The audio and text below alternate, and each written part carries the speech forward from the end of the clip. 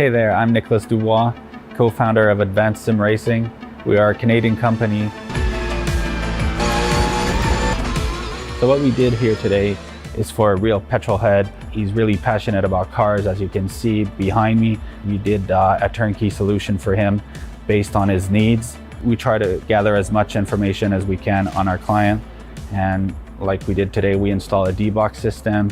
We install ultra-wide cube control steering wheel. We try to provide the best quality for your budget.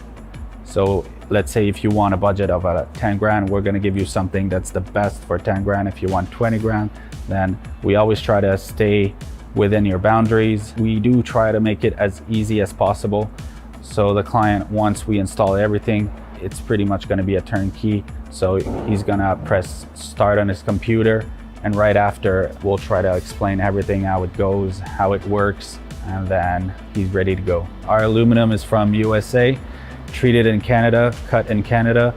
So we do sand all our aluminum piece just to make sure the powder coat sticks to it. And that's one of the reasons why we use powder coat, is to make sure you have the best aluminum finish in the industry. And our quality is beyond what you can get with any other competitors right now. We are really, really passionate about all the gear, all the cockpits, all the sim hardware, and that's why we want to create something that's really going to reflect our passion into our product. Come visit us at advancedsimracing.com. You can always reach us if you have any questions. You can call us, you can text us, you can go on Facebook, like our page, ask us questions over there, and we'll make sure to answer every questions there is. We are very passionate about what we do, and we try to make it as easier for you to go into the sim racing world, because there's a lot of gear, there's a lot of options, but let us guide you through your process, and let's hope you'll be an Advanced Sim Racing customer.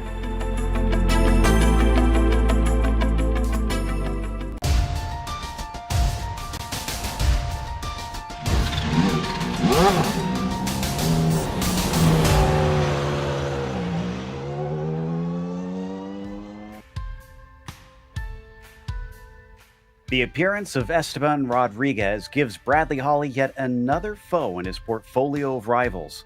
However, this new one has come out swinging and won back-to-back races on not just two very different tracks, but two entirely different surfaces. That's surely a worrying sign for the multi-time champion. iRacing Superspeedway will be another drastic departure, so let's see how it all shakes out this week as we get ready to watch round 5 of the PRL NASCAR Truck Series. And you'll see it all live here on the Global Sim Racing channel. Hi, I'm Joe Peak, and with me in the booth is Chris Phoebe. Behind the scenes is our director, Sean Ambrose, and he's using cameras provided by Dougie Beard. iRacing Superspeedway will no doubt be a bit of a crapshoot tonight in many ways, but there's certain skills that can help those who are clever. Let's head to our track guide to learn more.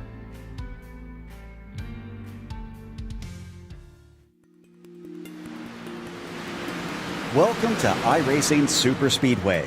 Back in the early 2000s, the developers at Papyrus were given the chance to create a circuit for their NASCAR racing games that removed any real-world limits. The idea was to amplify all of the qualities of Daytona and Talladega, and then unshackle the cars from restrictor plates since there were no safety concerns. The result was a 3-mile-long, 36-degree bank behemoth.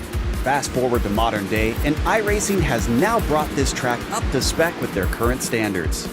As you'd expect, this unbelievable creation makes for one of the most unique styles of sim racing. The slipstream allows drivers to stay with one another so easily that it becomes less about the speeds each driver can reach and more about the strategy of racing in a pack. Bump drafting is a technique in which the car behind actually pushes the car in front so that both are able to reach higher speeds. And side drafting is another, in which the drivers use the air off the sides of their cars to slow their opponents down. Staying out of trouble is always a difficult aspect of superspeedway racing, and it's not uncommon to see drivers intentionally move to the back of the pack to avoid the chaos. In fact, the high speeds make large wrecks so hard to avoid that the term "the big one" has become commonplace to refer to the almost inevitable multi-car pileups the circuit is known for. Keeping the car clean and in contention is the main goal for much of the event. Despite these dangers, don't be surprised to see some drivers get ambitious and race 4 or even 5 wide at times. Often, for the final few laps, it's a race to the line with any alliances usually dissolving and the driver's urge to win taking over. While it might be a creation that we can't go race in the real world, what it does capture is the dreams we all have as children wondering, what if? And for that, it delivers for drivers and fans alike.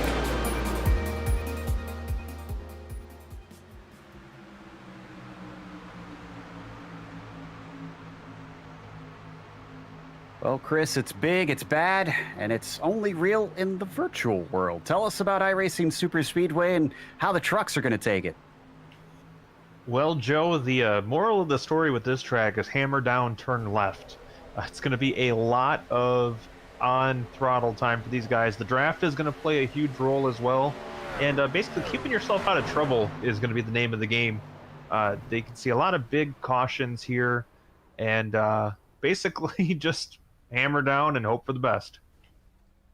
Yeah, it's going to be pretty reminiscent of what we're used to with super speedway races, except probably even less of some of the aspects that require you to slow down in any form or fashion. But in the meantime, let's talk about our sponsors for this series, because our broadcast is brought to you by ASR.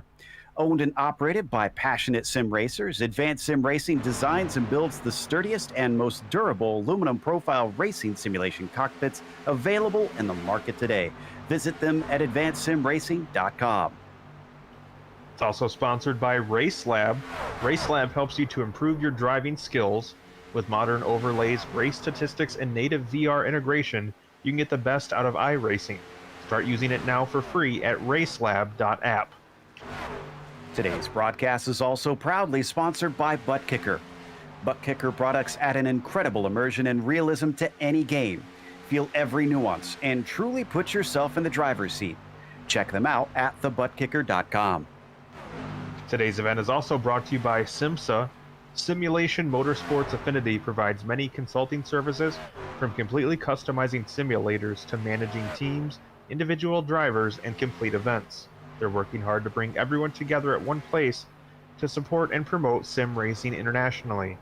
Find out how you can bridge the gap between virtual and real motorsports at SIMMSA.net. And finally, the PRL NASCAR Truck Series is brought to you by NinjaTrader. Ready to compete against the financial markets? Supporting over 60,000 users across the globe, NinjaTrader provides award-winning trading software and brokerage services. NinjaTrader is always free to use for advanced charting, backtesting, and trade simulation. Visit ninjatrader.com to get started with a risk-free trading simulator and start tracking your performance. Now, as we enter into this round, we have to keep in mind that things might get shuffled pretty easily, but Bradley Holly is still leading, and by a decent gap, about half a win's worth, and just underneath that, to be honest, Sink and Conquer behind by 20 and 25 points with Cervantes and Acosta, rounding out your top 5. And as I mentioned, Holly and Rodriguez are our 2 winners so far this season. We'll see if we get a third one here in round 5 or not. But let's take a look at the team's championship. Chris? On the team side, we're looking at a pretty interesting championship race here. As, of course, doesn't come up for me on my monitor screen here. There we go. Overdrive Racing, mainly on the back of Bradley Holly, out in front right now by 21 points over the Back Row Racing team. Private label Team Hype showed a lot of speed, has had some struggles getting good finishes in. They hang out in 3rd.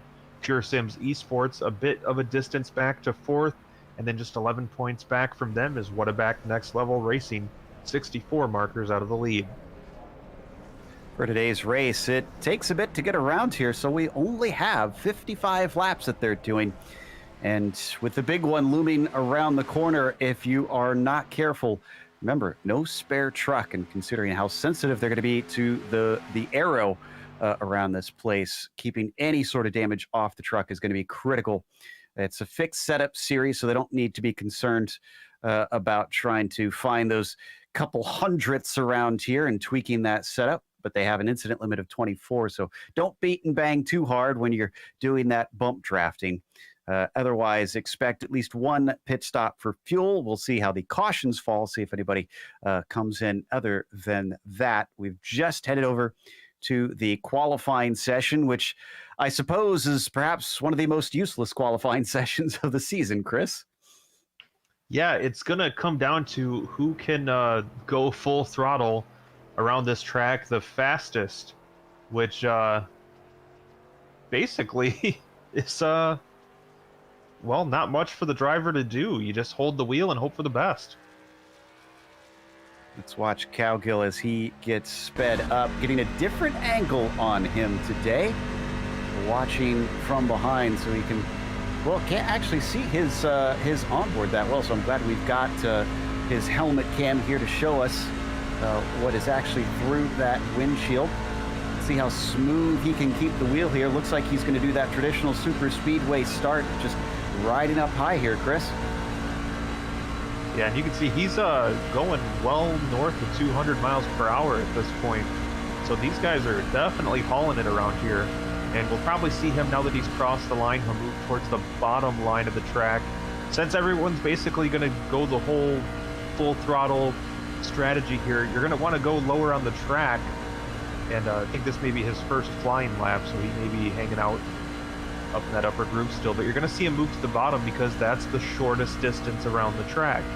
And shortest distance is less time, and less time is a higher starting spot. Absolutely, but those starting spots are going to get jumbled about pretty quickly. It should be easy to try and make inroads through the fields as long as you can use that slipstream and get in the right line.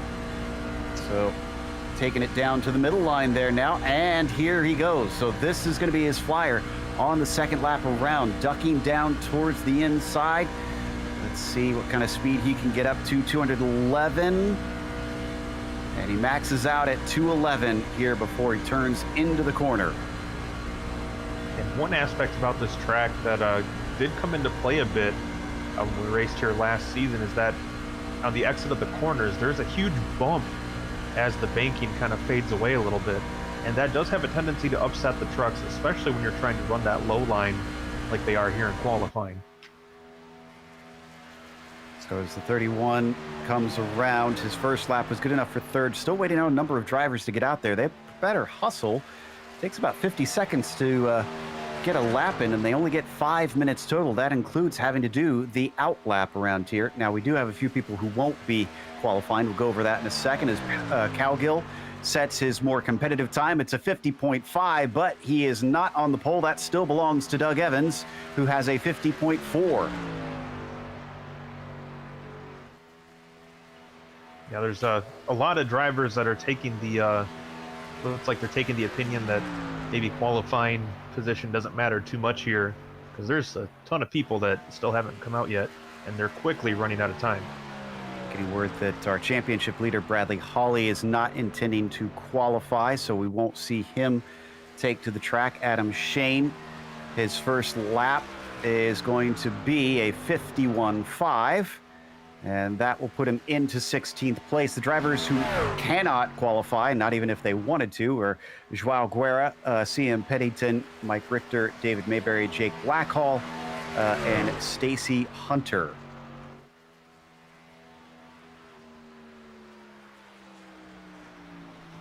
So decent sized list after a spate of cautions last time out at New Hampshire. Jim Westerfield coming across the line, and looks like that'll be 16th for him as well with a 50.8. Should have just about enough time, I think, to come around for his second one. Abner Acosta, is he in 20th? Am I seeing right? No. Second place. Oh, he just jumped up just now onto the front row.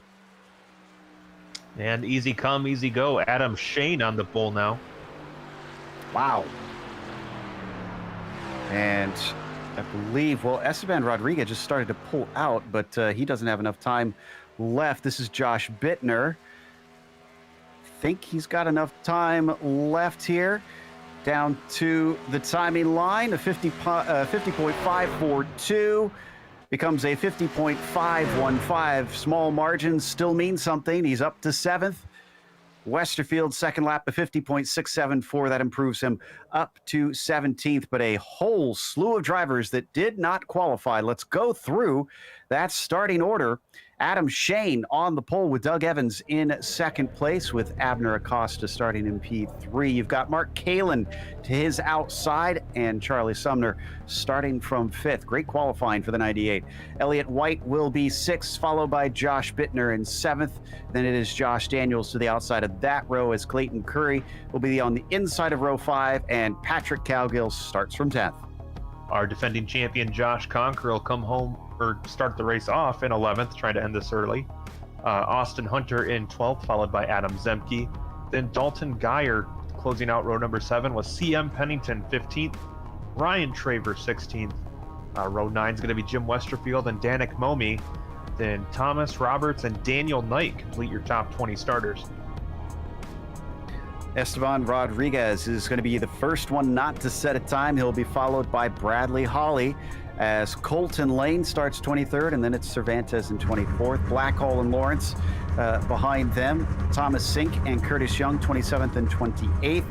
It's Baron Hilton and Adam Young, the last two in the top 30, and Hauk and Guerra round out your 32 truck fields here today. 55 laps on the cards. Hopefully we'll make all 55. We don't have too many cautions because it's going to take a minute to get around under yellow, with it being a 3-mile oval here at iRacing Super Speedway.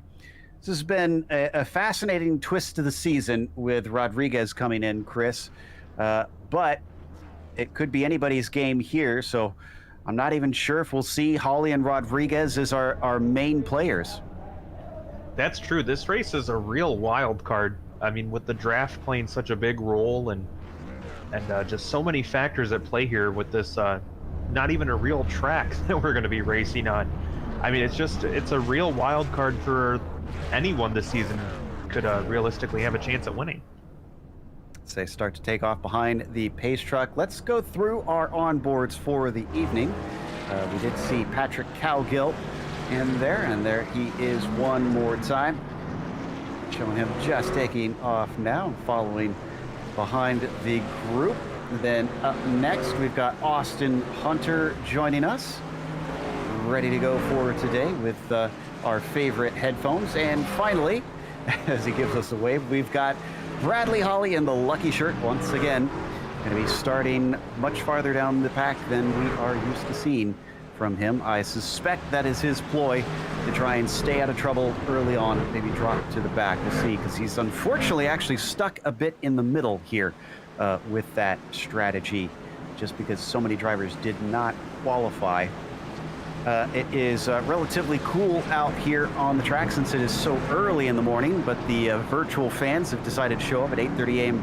virtual standard time for a appropriately 83 degrees Fahrenheit track surface temperature. So doubt we'll see too many concerns about tire wear and things of that nature, but you never know. We'll keep an eye on what is going on there as we come into turns 3 and 4. And that camera right there, Chris, really gives our audience an idea of just how steep it is. Yeah, this is an insane amount of baking, as if a 3-mile track with no restrictions wasn't enough. It's also super high banked, and it's almost to the point where you almost barely have to turn the wheel because the track will turn for you. Let's see who gets a turn of luck here as the pace truck is in. Green flag awaits. Barney looking to give them the call as the green flag waves, and they are on it. The 65 gets a pretty decent launch, but they're going to start to reel him back in. Evans on the high side, leading his outside row as Kalin is with him, trying to give him a little bit of shove. I have to wonder, too, who is going to be willing to try and push in these corners? Will that make the difference today? And it may come into play or later on in this one, Joe, but the person that's out in front leading the pack is going to be the one that's having the most dire fuel expense of anybody in the field. And if this comes down to a fuel mileage race, whoever's the one out in front leading this freight train could be the one that ends up in trouble. Ooh, freight train into the front. That was Evans with Kalin. They were 3 wide for a moment. Acosta who is now the leader of the high side, finds himself with his own row instead of being stuck in the middle. Acosta even made a little comment over the text chat saying he's going to have to go back to get his draft partner, Holly, which I'm trying to see, where is Brad at this stage? He's still down in 21st, so he hasn't gained and he hasn't lost. You got to think that probably a good chance of that is by design. Most likely. Meanwhile, Acosta has a very good pushing partner. That's Josh Daniels behind him in the black, who has pushed him up to the front. Cowgill's going to join the pair of them, but it looks like Acosta just wants to stay on the low side, even though usually last time it seemed like the bottom line was the way to go at this track, but the top side is certainly making quick inroads to try and cycle drivers to the front if they want. Yeah, the outside has actually been really sporty here in the early running, which is a pretty big departure from what we saw last season. And color me surprised, because I definitely was expecting it to be another bottom feeder race.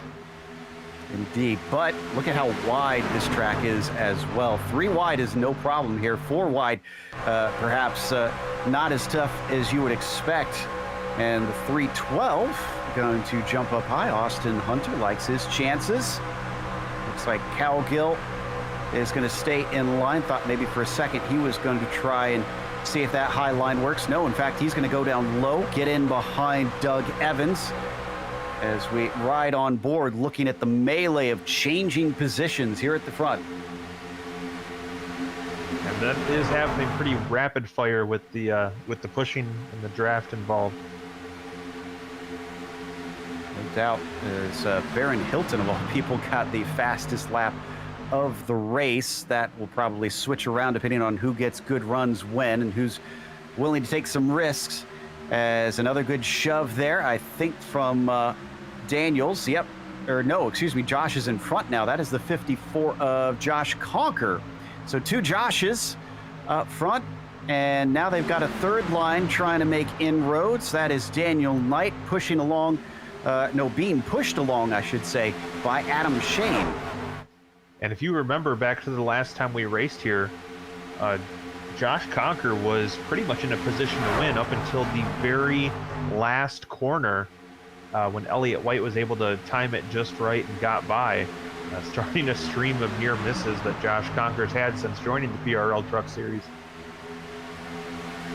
One thing that struck me about this place when I first got here is the apron, which you would think they would have a nice smooth transition. It's a virtual track. They can do whatever they want with it. No, they made it about as jarring as you could get, and drivers will have to watch out about touching that. We've already heard that Holly had a bit of a moment, maybe catching that yellow line a little too close.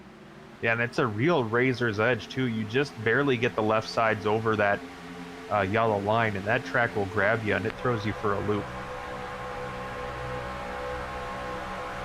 And we're going to watch from on board. I think this is Daniels here on the bottom, and the 77. And there, yeah, you can see how drastic of a change. It's like riding on a roller coaster with the ground next to you. Had a brief 3 wide with a couple rows deep up at the front, but it switched back to 2 rows once again. And it has been consistently switching out that front group, everybody getting to the bottom immediately. Seems like there's not much loyalty, which surprises me here, Chris. I figured there'd be a lot of teams kind of pairing up and working together. We got a caution. Looks like Traver. And looks like Josh Conker got a piece of it as well. Bad news for Josh Conker. How did he get all the way back there so quickly? Oh, I think this starts with CM Pennington and the 44. Almost like he didn't turn in. This is bizarre.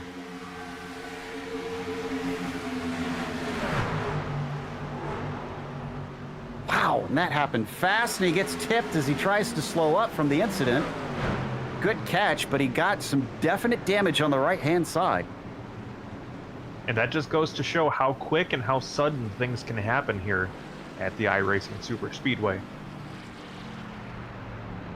So it was a big hit for Traver. I didn't see who else that was involved in it. Let me double check here. Obviously, Pennington having a little bit of contact.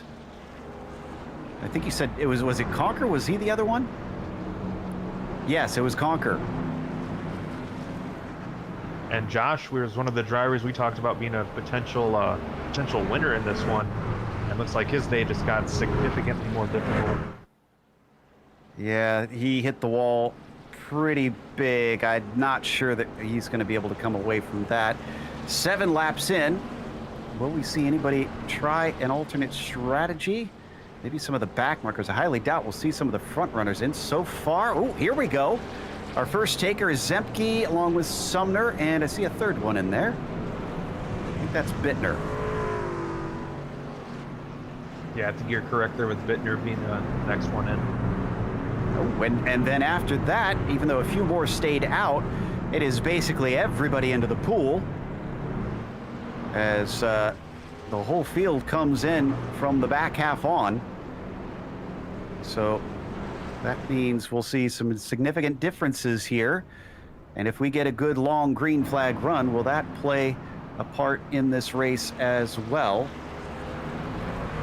So up at the front, it is going to be Abner Acosta leading, Austin Hunter in second, with Doyle Lawrence running in third. Out of our pitters, first one out is going to be Adam Zemke. Again, he was the first one in, so no change there as Sumner follows him out the next one through.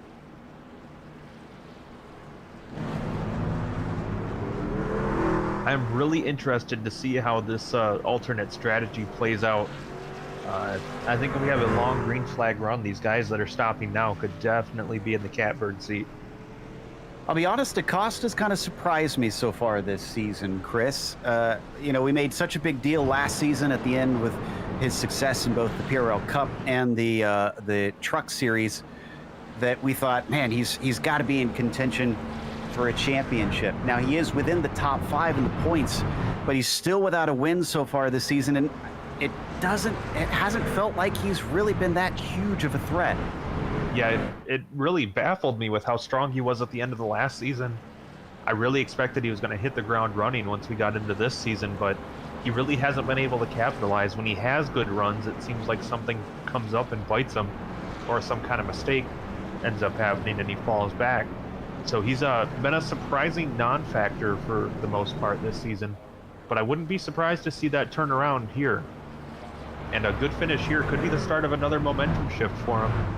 I'd definitely be happy to see him be able to get back on the horse, but we'll see how it plays out here the rest of this race. Yeah, you know, we may be over dramatizing a bit because it is the halfway mark at the end of this race, so there's still quite a bit of season left to go. Just wondering when or if we will see him start to shine. Now, we talked about touching the apron, about the dangers of maybe losing the car. Well, apparently, Bradley Holly's contact with it actually gave him a little bit of damage that he had to get repaired. Not a significant amount. It was very minuscule, but I guess the crew, as they were running around, found a little piece they could bend back into place, and hopefully that doesn't hurt his speed. Yeah, with how flat that is, I could very easily see some body panels on that left side catching the flat of the apron and getting bent up.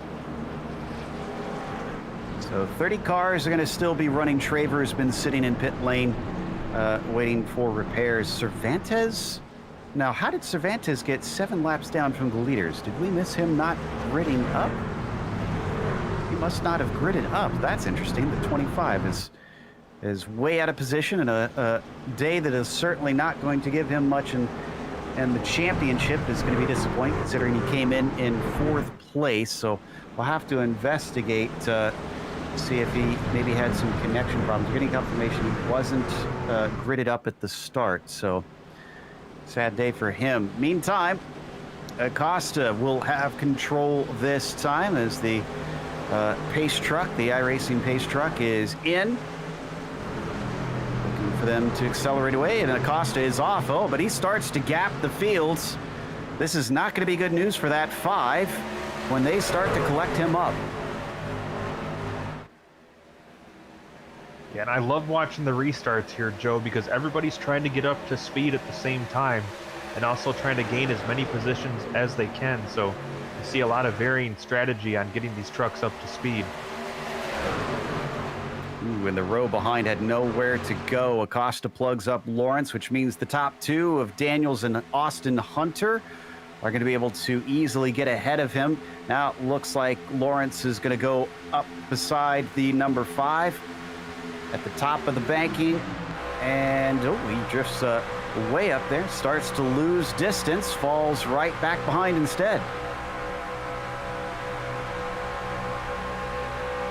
Looks like a pretty good run for Abner there on the outside. You caught it out of the corner of your eye there on that last view. He's kind of by himself though, with a good distance back, and he's going to lose a lot of ground going into the turn. We talked about the damage on the 44 of Pennington.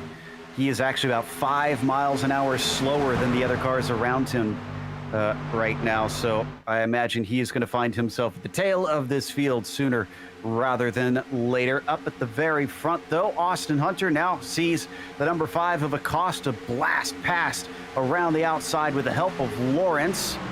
And they're going to be joined by Shane, maybe? No, Shane doesn't have enough straightaway. Doyle Lawrence is definitely looking like he came to race today. Gets right up to the back bumper of the 5, going to give him a little bit of a push down that front straightaway, but once again, that outside line getting charged up. Absolutely.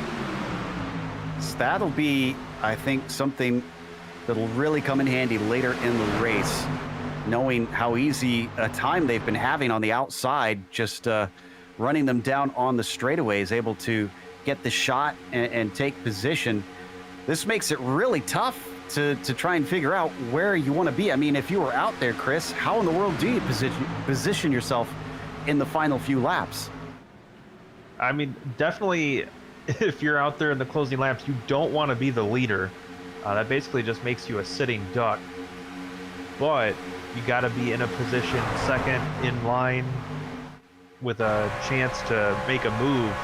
And ideally, you're the guy in second. You can push the leader well out in front of everybody else, and then you abandon ship and get by. But it's going to be a crapshoot who ends up there in the closing laps of this race. Shane, now our leader, who was our pole sitter, and the man pushing him started from 20th. Daniel Knight, one of our non-qualifiers. No, excuse me. No, he was one of our last qualifiers, and has already found his way forward. Can't say the same for Holly. He's still down in 18th position, so he's decided it's not his time to move quite yet. There as we switch over to our championship leader. It's in the middle of a line that's being led by Lane with Sink in front of Brad. Adam Young behind him, Elliott White, Blackhall, and Rodriguez in there too.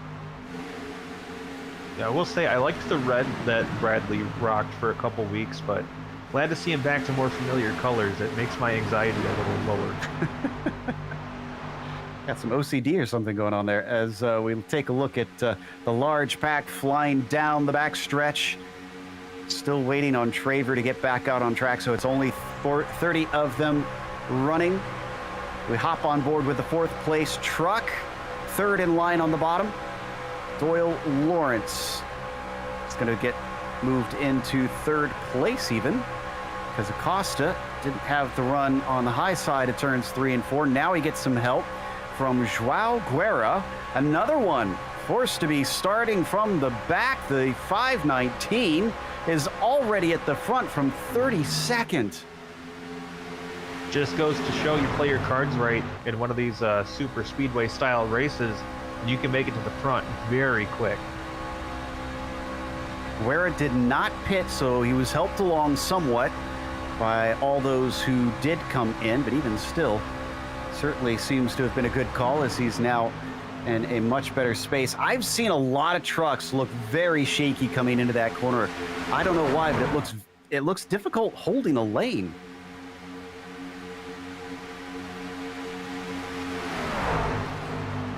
Yeah, I agree. They do look a fair amount unstable.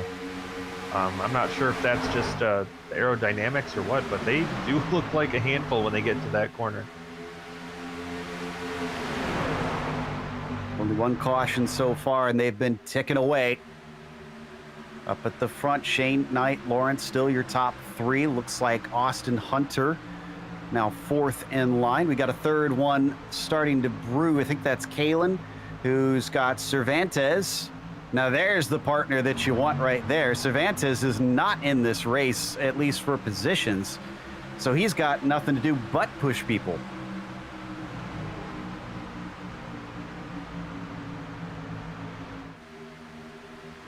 Looks like Kalen going to get in behind him, though.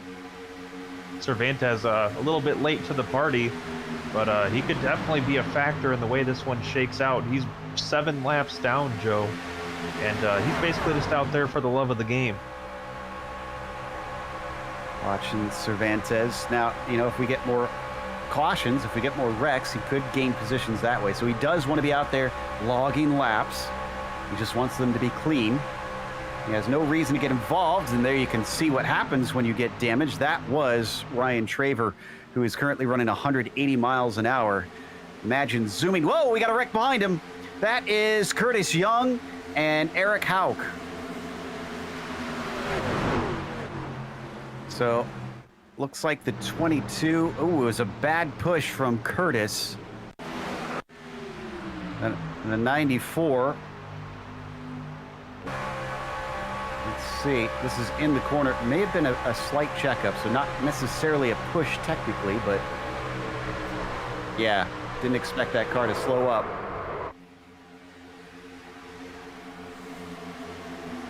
Well, I think it's the 94 that's probably a little bit more sorry than the Canadian truck in front of him. So Curtis Young going to have to come in and get some damage repaired. See, we're not quite at halfway. I have to imagine we're probably going to be in the pit window, wouldn't you think, Chris? Yeah, I would think so. Probably those 13 or so that didn't pit the first time through. Probably be pitting this time, I would think. Curious to see. Let's see. So it'd be 30, yeah, a little bit more than 35 laps that they would have to run. Ooh, that might be on the edge of a fuel tank if I'm going by what we typically see at places like Dega. But does look like most of our leaders are going to come in. Doug Evans decides to stay out, though. And Evans has not pitted yet. First of those who has pitted is Josh Bittner, but he's also deciding to come in.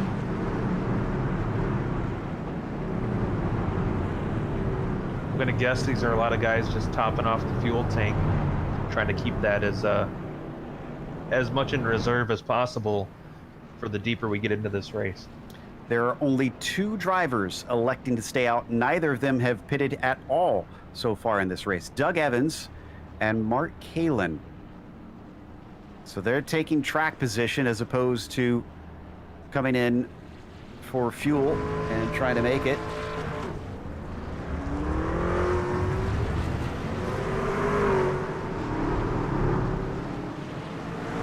Back out. Who was our first to get there? Looks like Daniel Knight. Oh, and Charles Sumner, I think. No, did Sumner miss his pit stall? No, Sumner took 2 tires. That or is just fuel. That's a strange time for a stop. 7 seconds for the 98. Yeah, he definitely stopped, but his pit stop was about half the time of everybody else.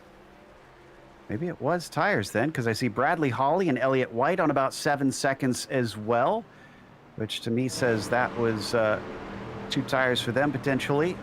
Esteban Rodriguez took that strategy, but he's well down the order, surprisingly.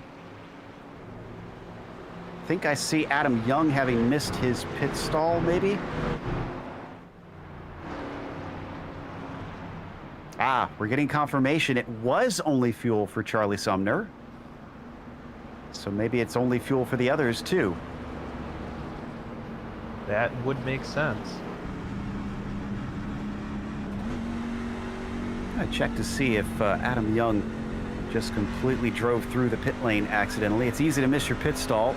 No, he did come. Oh, I see what the problem is for Young. He tried to stop in his pit stall. He overshot it. Tried to back it up and realign it multiple times, but it wasn't taking, and he gave up and took off. He did the whole Austin Powers caught in the hallway thing. Yeah, oh boy.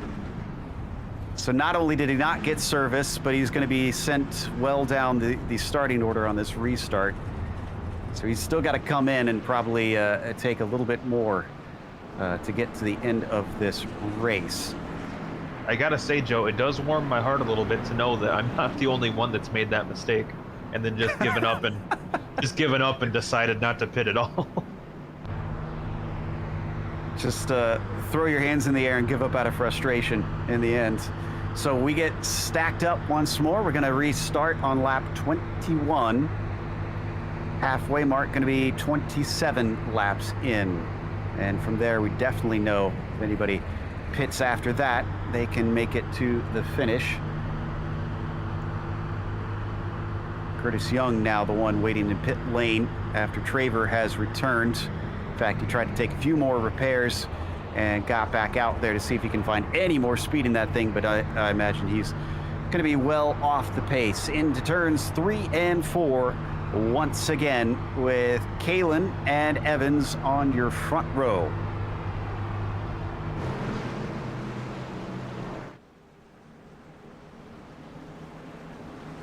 So really interested to see how this not pitting thing works out for Evans and Kalen, especially with them moving up to the front. That's going to definitely up the amount of fuel they're taking on. Pace truck is in, and the green flag is out. Evans is on the throttle. Can't think that tires will be any sort of factor in terms of lap time, especially once you get yourself into the draft with these things. Those two got a big jump over everyone else, but they're certainly going to be reeled in once they get fully up to speed. They're already at 200 miles an hour, and Shane behind them, the first one on fresh tires and fuel, should be able to suck this up.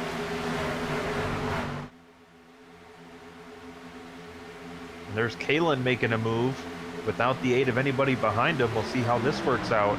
Whoa, look at this top line, though. That is Austin Hunter giving a huge head of steam to Charles Sumner. Sumner's going to be able to get up to the front now. By the time they finish this first green flag lap back around, Charlie is your leader.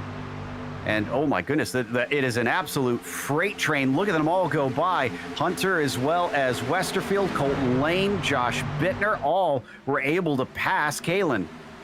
It seems like Kalen and Evans may have basically stepped on each other's feet there. When Kalen tried to pass Evans, it kind of broke up the momentum that inside line had. Really gave a lot of power to those guys that were on the outside. Now Kalen and Evans find themselves well down the running order. And look who's sneaking into the picture there, Joe. That's Bradley Holly up into the top 10. Oh, very quickly.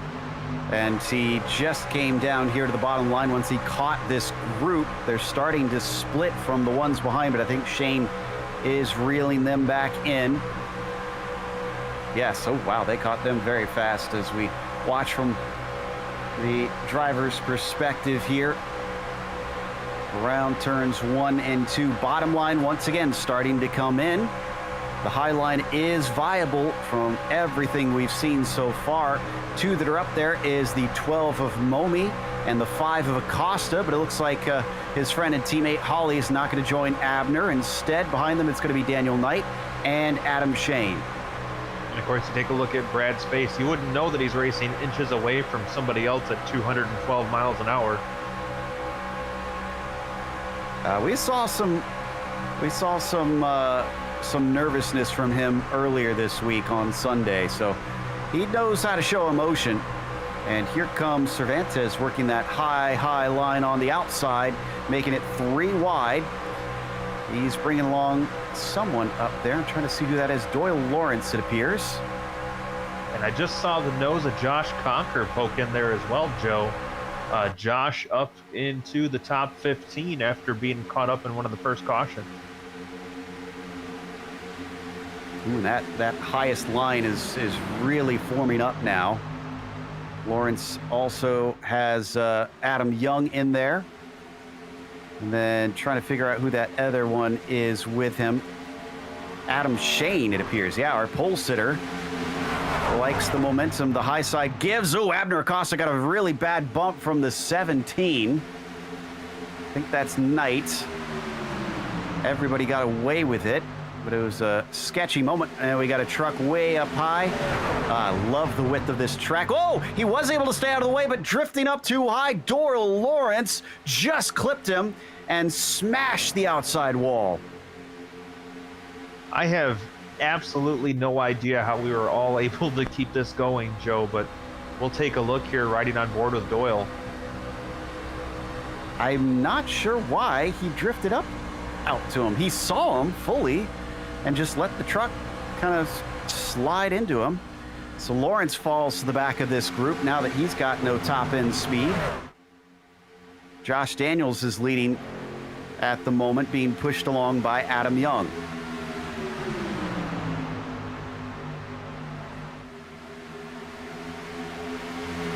I'm not sure how they've avoided it, Joe, but we just somehow had about 3 cautions that should have happened and somehow managed not to there in one little stretch.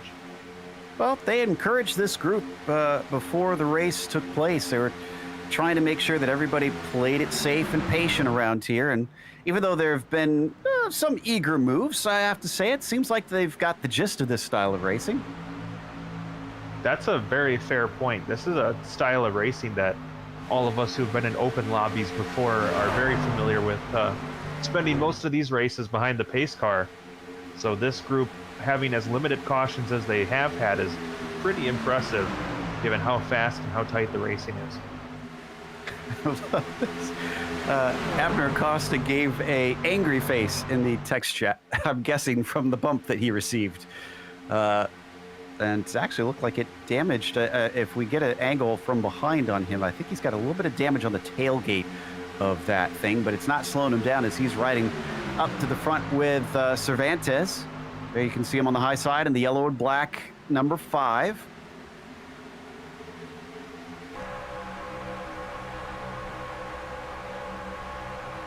You can kind of see the damage from there. This is from Guerra. Definitely not as bad as it could have been. Yeah, just a little dented in the middle. At least it's symmetrical, I suppose. Now maybe it'll make it faster, you know, kind of shaped like an arrow. That's wishful thinking. In the meantime, well, I mean, it's not hurting him at the very least because he's up to the front. Cervantes ducks down to the bottom.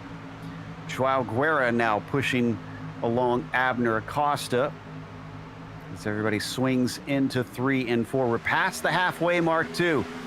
So from here on out, anybody who pits can absolutely make it to the finish on fuel. We're not sure if all of those who came in this last time will be good. The 2 that we definitely know can't make it are Kalen and Evans, which, by the way, they fell to 15th and 16th. So they're pretty solidly in the mid-pack, whatever their ploy was with that that alternate pit strategy. It doesn't really seem to have done them a whole lot of good.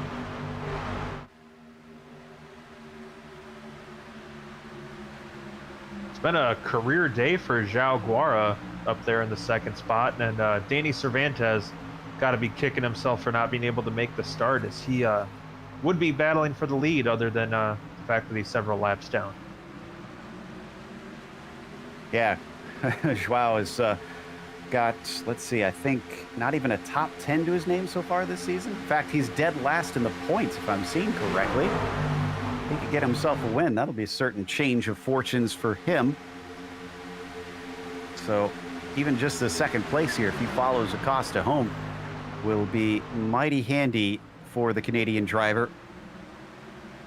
Yeah, he's definitely had a bit of a learning curve this season, but looks like it's working out for him today. And he's one of the rare Toyotas in the field. Indeed, it's predominantly Chevy and Ford here today. I think we've got 2 of them. Ooh, and what was going on there with a little bobble with a 519?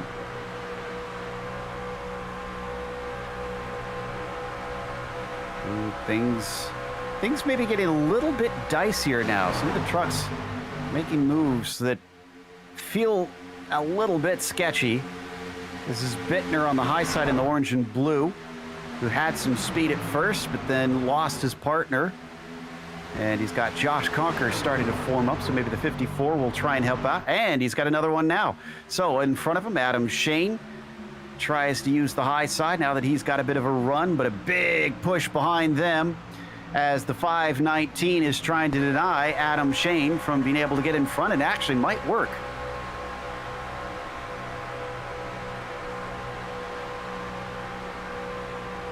Just that view off the back deck lid there, that is a fascinating view of just how much these trucks are moving around in the draft there.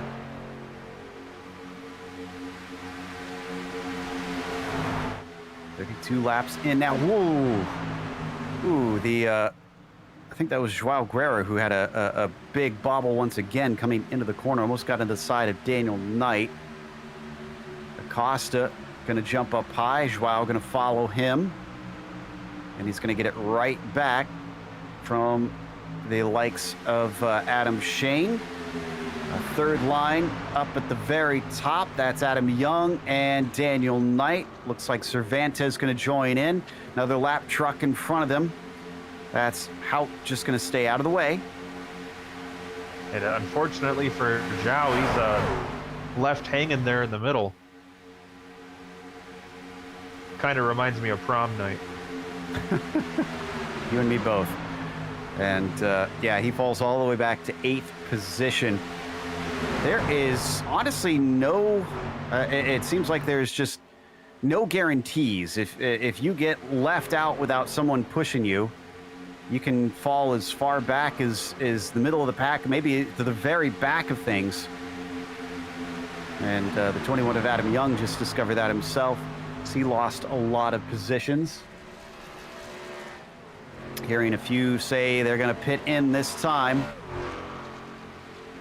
I see Austin Hunter is in there, and Kalen, is he going to speed in pit lane though?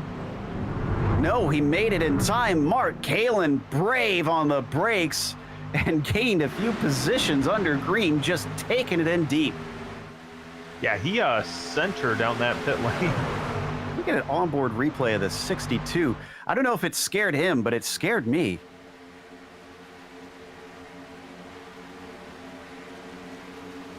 We'll see what these pit stops hold in store. Evans also pitting. First out, Austin Hunter. Colton Lane out after him. So we'll he did look a little out of sorts coming in. I don't think he expected everybody in front of him to everybody else to slow up quite this much, and he had just enough space to find a spot. Kind of reminds me of the Sebastian Vettel pass into pit lane a couple years ago. Yeah, I forgot about that. Meanwhile, up at the front, hey, Bradley Holly is leading the way, but he still needs to take a pit stop to get to the finish. I see Adam Shane has pitted now as well. Highest of those who have stopped is currently Abner Acosta. In fact, well, no, I say that, but Acosta's actually just getting out and up to speed, and he doesn't have a partner. Conker's with him, but he's a long ways back. They're going to want to try and cling to this group that is quickly approaching them. There you can see all the drivers in front of them. Daniel Knight, Josh Daniels, Adam Young, trying to get the momentum chugging.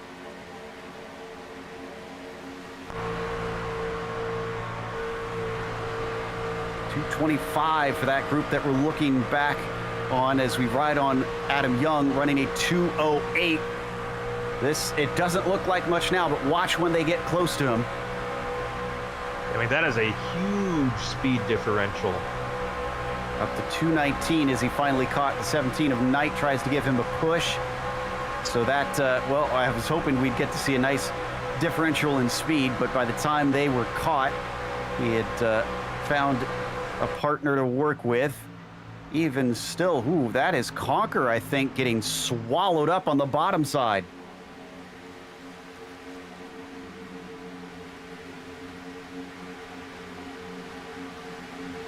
Sounds like Bradley Holly's going to be hitting pit road here momentarily. So Jim Westerfield as well, Jake Blackhall. Everybody down. Anybody going to be able to... Oh, and is that Sink? Yes, Sink, the one this time to be able to gain some feet on the entry to pit lane. Rodriguez also in there. Baron Hilton pitting. So now we need Guerra, White, Bittner, Momi, Sumner, Zemke, and Roberts to take their fuel. Yeah, that's some confident pitting there.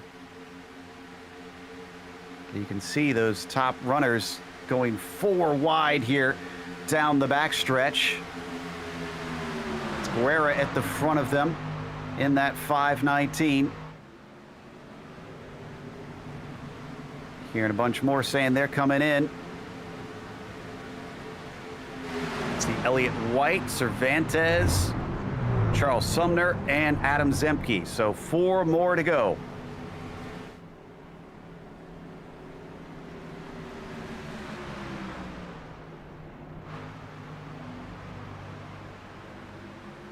I think our drivers who have pitted are being led by Acosta right now as he absolutely flies by on the backstretch. All the drivers who are still getting their wheels underneath them.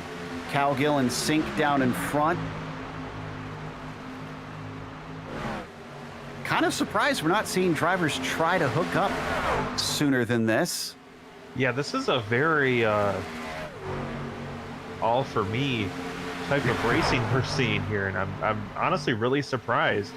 At this point, you could probably get 2 guys to hook up and probably drive away from the field. I'm making notes right now. If I'm ever racing one of these races and I'm, you know, about 50 feet in front of the next car, I'm slowing up a little bit because it seems like it's worth more just to lose that time initially, because you're going to find so much more working together. Oh, is the 17 of night? What happened there? And a big checkup for Adam Young, too. I wonder if that was maybe a bad push, but it was definitely a big moment, a bit of a tank slapper, but he was able to keep it going in the right direction. Still waiting on stops from Guerra, Bittner, Roberts, and Momi, but Momi is in, Bittner is in, Roberts and Guerra stay out. We know João Guerra still a pretty newcomer to the PRL Truck Series. Maybe he's just enjoying seeing his name at the top of the charts here a little bit. Could be. I don't think he can get to the finish from here. I think we may have lost. Oh no, Josh Conker lost his internet connection. Well, he's been one of the drivers that ends up blinking throughout the races quite a bit this season. Looks like, unfortunately, forgot to fill up the internet juice before we started racing tonight. Yeah, just was not meant to be for him here for a second season. As this pack comes flying down, being led by Esteban Rodriguez and Jake Blackhall there in 6th and 5th respectively. Going by all of those who just pitted, and they aren't even past the banking now, so they're going to be hung out to dry essentially. Yeah, especially with the pack coming as fast as they are. And you can see there the 5 of Acosta on the 77 of Daniels making a huge push there towards the front of the field. Thomas Roberts and Guerra, who are still out there essentially all on their own, although Guerra's coming up to lap some other cars. And he's actually going to do it. He's going to keep going. So Joao's got pace just because he's in a pack, even though he's not racing on the same lap as them. But Roberts, I feel like, is just going to start losing time hand over fist here. And look at that. Guerra goes the fastest lap of the race there. Yeah, nobody's holding him back. But he's got drafting partners that he can just pick them up one by one. How far back is Blackhall right now? I think they're actually almost a full lap behind him as well. No, excuse me, they are... Yeah, they are a lap behind him. He's at the tail of this train. Huh. Yeah, I saw the 46-second differential pop up, and I was a little confused, but yeah, that's quite a lead. So if he, I'm trying to think. So if he stays out and we get a caution, he manages to lead in front of this group. He'll trap them essentially a lap down. He will have to pit though. Yeah, Try and get to the finish. He's been out there, it says 25 laps since he last pit, and that seems like a ways to go around here. Yeah, they're going to be 10 to go, 11 to go next time by. So 36 laps total, 36, 37 laps that he'll have been running if he manages to stretch it to the end. I suppose you could fuel save. Well, riding on board with him, he's continuing to move his way through this group. That's true. He may be the leader on paper, but he's in the middle of a pack. And so he's not the one breaking up the air. And that is going to save him a little bit of fuel just by drafting.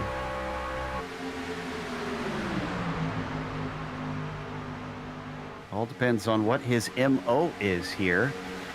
I wouldn't think he'd be able to save enough to stretch it multiple laps, because it's 3 miles just to get around this place.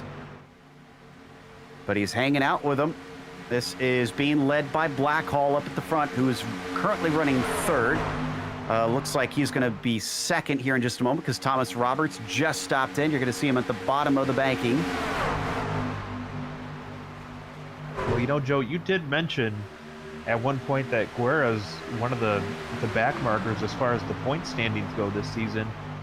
What does he have to lose trying to stretch it this far? The answer is nothing. He's not in the championship hunt. He just wants a stat on the board. So yeah, he can deserve to take some risks.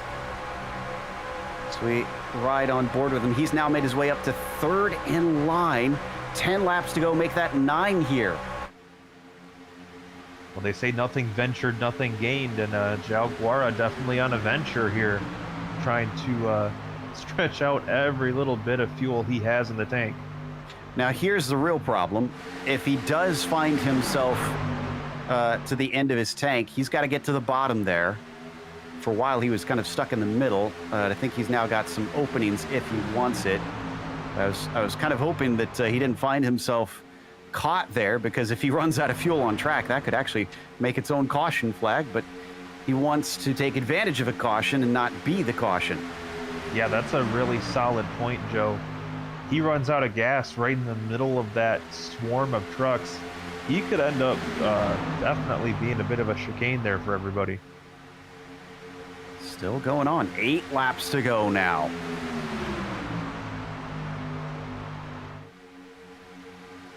Acosta is still ahead of him. Actually, Acosta and Daniels are the only two on the lead lap at this point. Oh, and there's the caution as the 519 hits a car below him.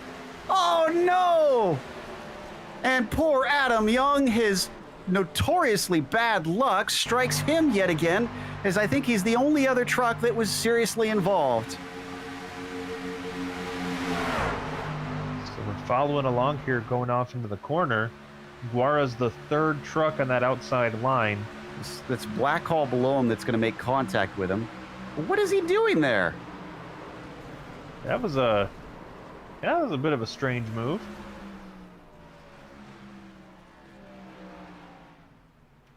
So we get another yellow, but I think we got enough laps. Yeah, we definitely have enough laps to get restarted without a green-white checkers.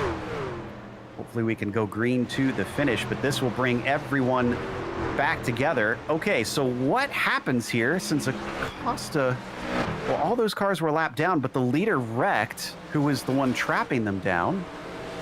I guess, okay, yeah, Acosta is looking like he'll be scored as our leader.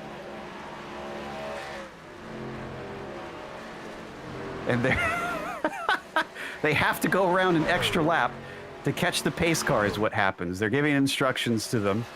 This was an absolutely bizarre situation. I don't think I've ever seen anything quite like this, where we have drivers that were supposed to be trapped a lap down, but the car that was trying to trap them was the one that wrecked. Yeah, I'm gonna be honest, Joe. I consider myself a pretty diehard race fan. I've watched probably thousands of races in my life, and I have never, in my 31 years of existence on this planet, seen anything resembling the circumstance that we just found ourselves in. All right, so I think... Are they catching the pace car finally? It looks to be the case. We do still have a number of drivers that are trapped a lap down. Elliott White, sadly, among them. Doyle Lawrence. Also, not sure how they wound up. Well, Lawrence, he had damage. So, but how did Elliott White wind up down there?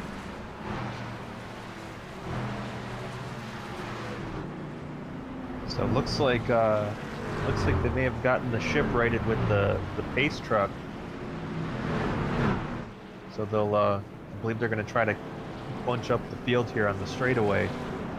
But wow, this is bizarre. Okay, so White will be on the lead lap, but I think he needs to go around the pace truck. They're going to get a bunch of drivers getting wave bys. It is a complete mess of spaghetti on the timing screen. And we've only got what looks like about 25 trucks left, since a few have been taken out by recent incidents.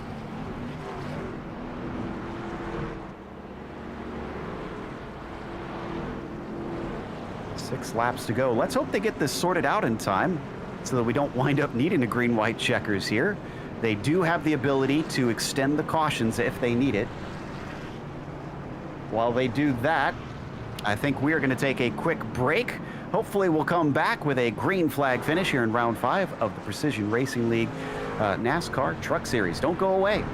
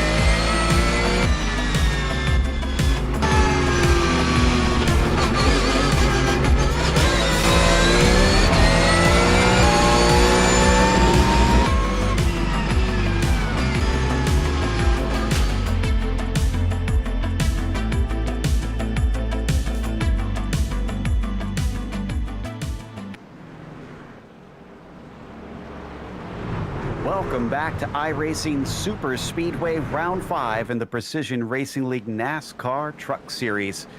We are going to be restarting with 3 laps to go. Not quite a green-white checkers, but it'll certainly be a thriller. Here's hoping we can get 2 green flags of racing so that we do see this finish under green without having to go into overtime. We are down to 19 trucks left on the lead lap, but a few more got damaged, including Thomas Sink. We didn't notice it before, but he made contact with Adam Young in that last wreck, and he has gone to the back of that pack.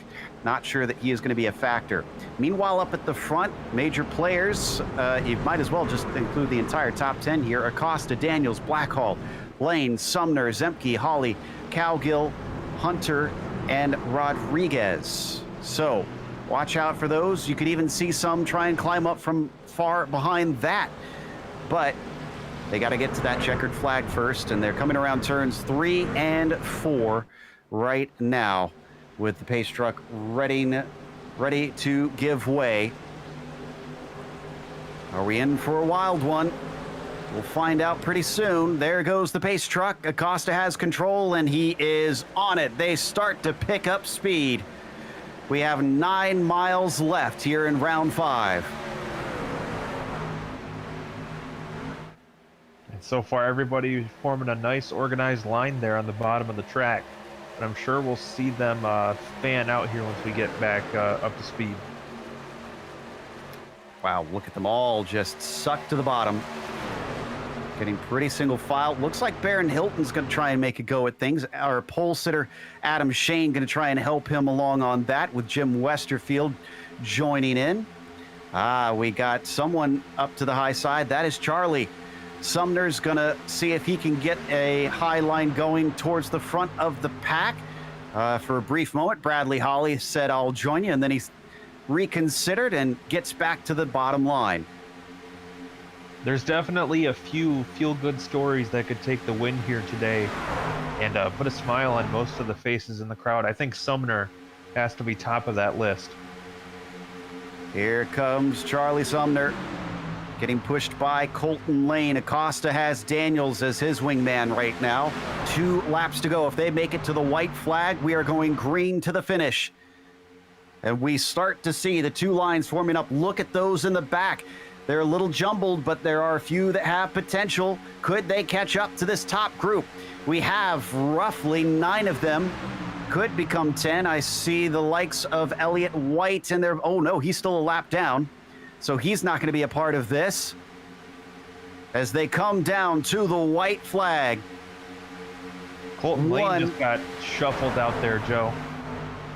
He did. He fell right to the back. 1 lap to go, and it is Acosta leading. Josh Daniels is pushing him along. Is he in the wrong spot, though? It seemed that Chris said, "You don't want to be leading." Is that going to be the case? Oh, a little bit of bumping and banging behind them as now everybody starts to get feisty. Alliances dissipate as everyone wants to get to the front. It's a big run from Blackhall. The 97 is chugging along. He's going to get help from the 312 of Austin Hunter, and we got a wreck behind them. We'll get to it later. That was Colton Lane involved in that one. Oh, and a spin for Austin Hunter as they wreck coming to the front stretch. Up at the front of it, Abner Acosta is going to take the victory unless Daniels has something to say about it. No, it is Acosta by 0.02 of a second.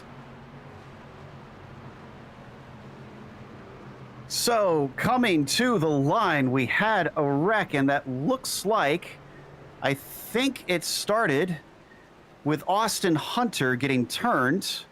Yeah, I think it was Hunter and Esteban. You're right, Esteban Rodriguez. And winding up, oh my goodness, Austin Hunter wound up in the pit lane. I'm sure he got a penalty for speeding down there on top of it because he couldn't back up, but he didn't want to lift. There you see, 2 cars actually caught in there. Not sure who else that was. Gonna watch Kalen's perspective. You saw a little bit on that tailgate shot of the wreck with Colton Lane. Oh! Oh no! Kalen getting stuck in the barrels in the end. Wow. and nobody willing to get him out to help him finish in the end. But we're going to take a quick break as I believe a fourth victory for the number 5 today here at a super speedway of all places. Stick around for the unofficial results as well as driver interviews.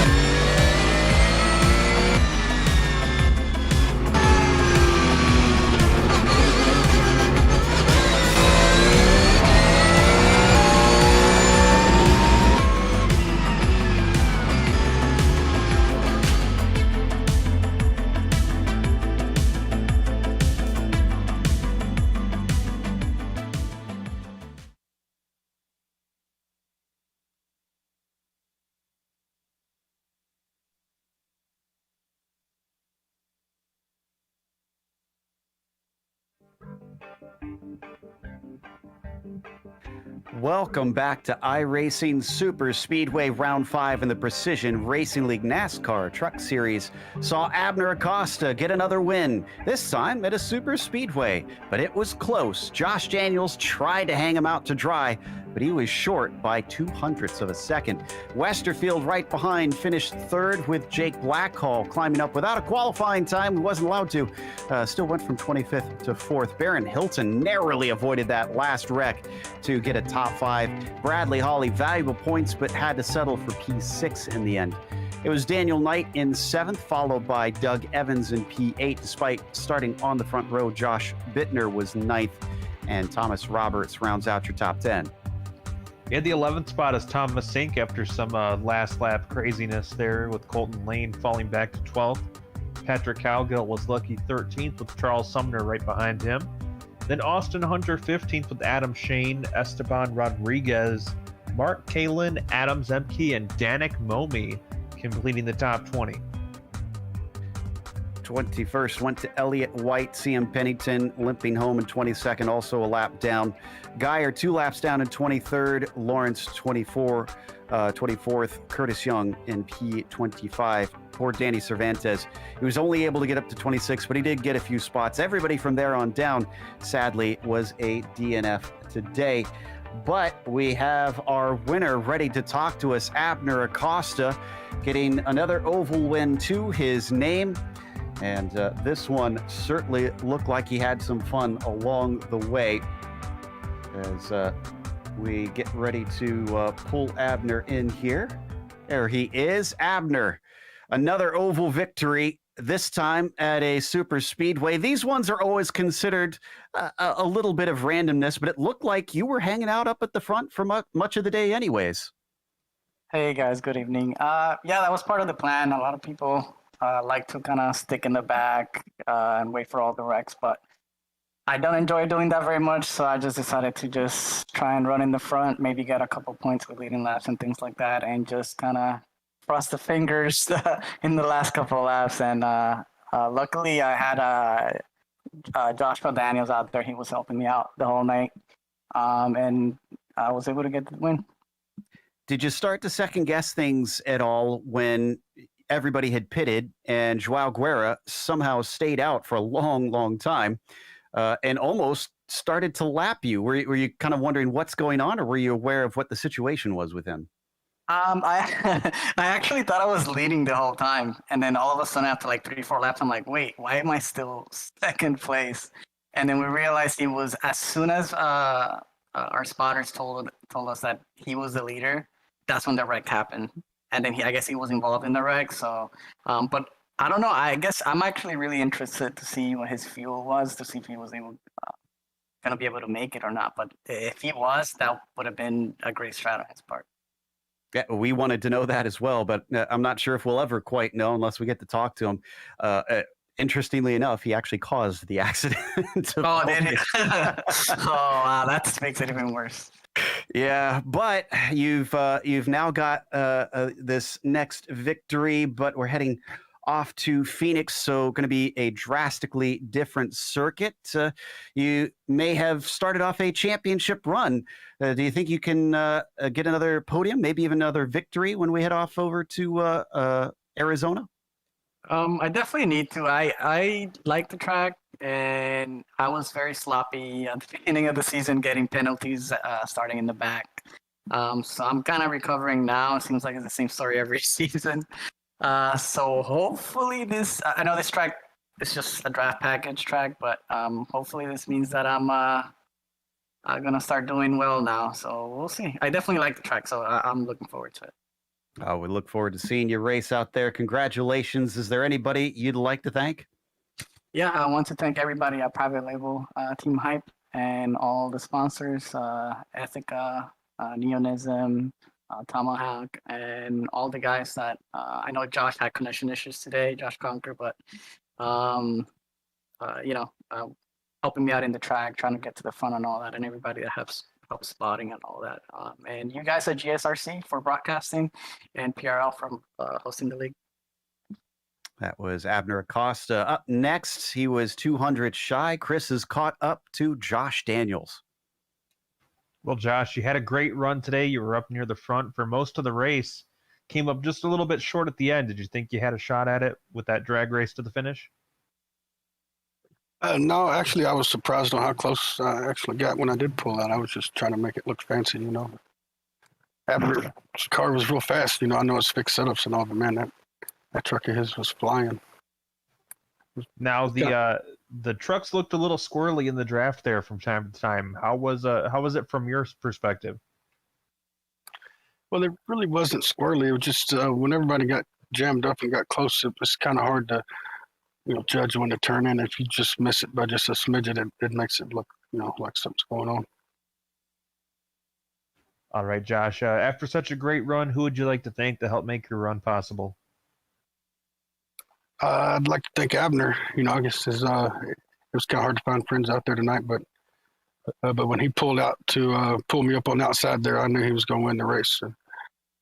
And I'd like to thank my wife. You know, she's always supportive, and she likes to watch the broadcasts and all that stuff. And I'd like to thank GSRC for putting on a good show, and PRL for putting on a good league. Well, thanks for joining us, Josh, and back to you, Joe. We've got Jim Westerfield, who was also hovering around that front group at the very end. That had to be a good feeling after that last caution, Jim, to see yourself at least in the hunt. Yeah, absolutely, and still racing at that time too was definitely good. Yeah, it seems like it's just been a bit of an up and down season for a lot of drivers. Did that give you a little bit of pause coming into this one? Did you feel like, it's going to be more of that? Yeah, no, I like plate racing, so I really like Talladega, Daytona, obviously. So this track's somewhat similar. I say it's a lot different just because of the bumps going in. It's crazy, but It's definitely been a wild range of tracks, so it was definitely a coin flip. If I'm going to race, I'm going to do good. If not, I'm going to get wrecked. You talked about those bumps. We saw a lot of drivers look very shaky entering the corners. That's what was happening there? Just that bump on entry causing everybody to get a little loose? Yeah, and then they get loose and hit the apron, and then that was causing them to come up the track. And yeah, it was definitely sketchy. And if you didn't hit your marks right, you were going to be one of them drivers. Well, congratulations on a podium. Is there anybody you want to give a shout out to? You guys for broadcasting, you guys are amazing, the best out there. PRL for putting on this great league. All the Whataback drivers, they've been a great group of guys I got thrown into, and I'm happy I met them all. And Dia Libo's Rescue Center and Leroy's Auto Body Shop, where I go every day. That was Jim Westerfield. And finally, I believe we've got one more as Chris is going to talk to Bradley Hawley, our championship leader coming into this round.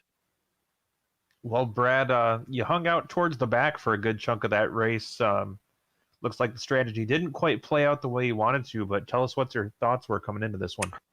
I mean, I felt like it was working out the way I wanted it to. You know, by the time we did green flag stops, I was up front, and we were trying to manage and everything. And you know, when I guess the 519 came down, I kind of had a feeling something like that was going to happen sooner or later, with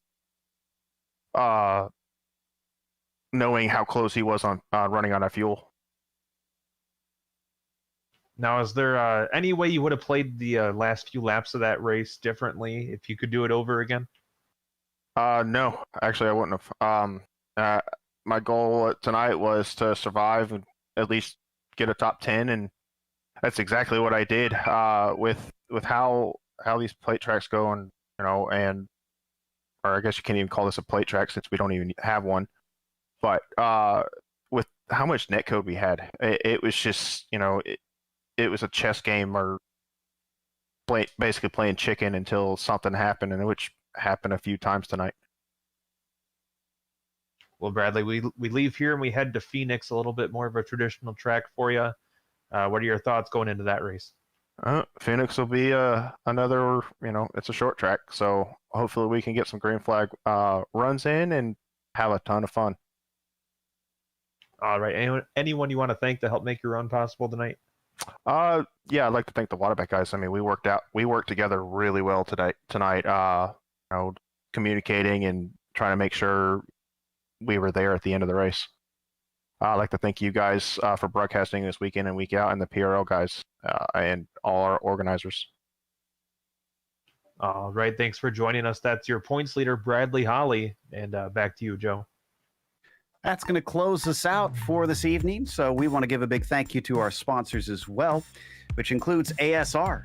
They design and build the sturdiest and most durable aluminum profile racing simulation cockpits available in the market today.